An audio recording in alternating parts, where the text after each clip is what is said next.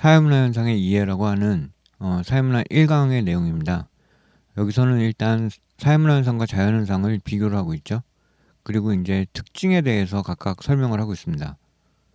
그리고 사회문화 현상을 이해하는 관점, 그래서 거시적 관점, 미시적 관점으로 나뉘고, 거시적 관점에서는 기능론과 갈등론, 미시적 관점에서는 상지적 상호작용론, 이렇게 설명을 하게 되죠. 그래서 사회문화 현상을 바라보는 관점들의 조화, 균형까지 이 내용을 설명하는 것이 1강입니다. 자, 그러면 이제 다시 처음으로 돌아가서 사회문화 현상의 이해부터 보겠습니다. 사회문화 현상과 자연현상에서는 일단 구별하는 기준이 인간의 의지가 개입이 되었느냐 여부에 따라서 구분을 하면 됩니다. 그래서 이게 보통 사회문화 1번 문제로들 많이 나오는데, 여기서 이제 밑줄을 어디까지 쳤느냐를 갖다가 보는 것도 상당히 중요하고요.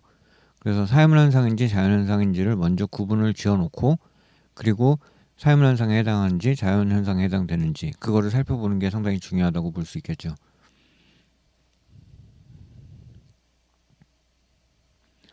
사회문화 현상의 특징과 자연현상의 특징인데요.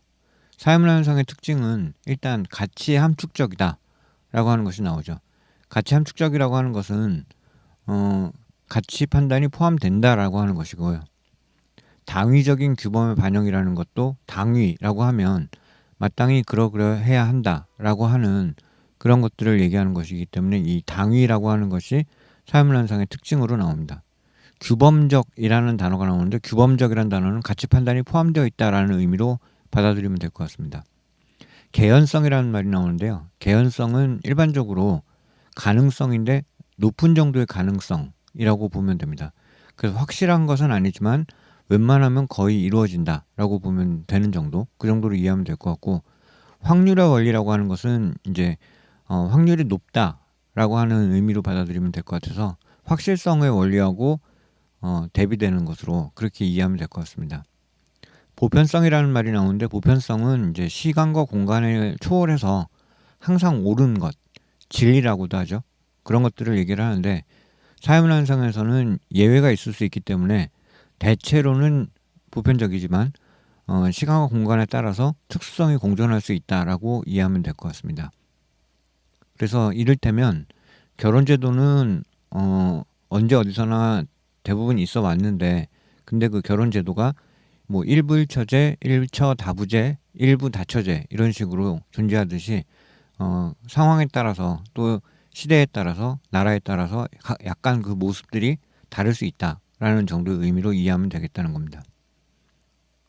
자연현상의 특징은 몰가치성. 몰가치성은 가치 판단을 포함하지 않는다는 것을 얘기합니다. 그래서 인간의 의지가 개입되지 않는다는 것과 일맥상통하는 거라고 보면 될 것 같고요. 존재법칙. 존재법칙은 앞에서 말한 당위법칙하고 대비되는 것인데, 여기에는 이제 그 비동사를 가지고 설명을 하죠. 그래서 무엇이 있다, 있는 그대로를 설명하는 것이 존재법칙이라고 보면 될 것 같고요. 필연성과 확실성의 원리가 나오는데, 필연성은 언제 어디서나 항상 옳은 것을 얘기를 하는 거고, 확실성이라고 하는 것은 예외가 없다는 것을 얘기를 하는 거죠. 보편성은 아까 사회문화 현상에서도 설명했지만 시간과 공간을 초월해서 항상 옳은 것이다, 이렇게 이해하면 될 것 같습니다. 사회문화 현상을 이해하는 관점은 거시적 관점과 미시적 관점으로 나누고요. 거시적 관점은 말하자면 동영상을 찍어서 보거나 아니면 일정한 기간 동안 좀 지속적으로 살펴보는 것. 그에 반해서 미시적 관점은 딱 사진을 찍어 놓고 하나의 시점에서 세부적인 것에 초점을 맞추는 그런 것이라고 보면 됩니다. 그래서 거시적 관점에서는 기능론, 갈등론이 있고, 미시적 관점에서는 상징적 상호작용론이 존재한다, 이렇게 보면 되겠죠. 기능론의 경우에는 일반적으로 좀 가진 사람들입니다. 그리고 성공한 사람들이고요. 그렇기 때문에 보수적이죠. 그래서 이제 전체가 상호 의존적인 관계를 갖고 하나의 체계를 형성하고 있다고 보는 사회 유기체설을 따른다고 보고요. 안정, 질서, 조화, 균형, 회복할 수 있는 힘, 그리고 역할 등에 대해서는 사회 전체의 합의가 반영되어 있다, 이런 식으로 이해하게 됩니다. 그리고 그러다 보니까 이제 사회 갈등에 대해서는 조금 다소 놓치는 것들이 있다라고 하는 것이고 보수적인 관점을 취하게 되죠. 이에 반해서 갈등론은 사회 전체가 갈등과 대립의 장이라고 보고 갈등이라고 하는 것이 사회 변동을 위해서 반드시 필수적인 것이다라고 보게 된다는 거죠. 그에 반해서 여기는 이제 갈등론의 입장은 같은 결과를 놓고도 내 탓이라기보다는 사회의 탓이라고 보는 겁니다. 그래서 사회 구조가 제대로 된다면 내가 이런 상황에 처하지 않을 것이다 라고 보게 되기 때문에 사회의 변동을 갖다가 상당히 중요하게 생각을 하고 외적인 문제라고 보게 되는 거죠.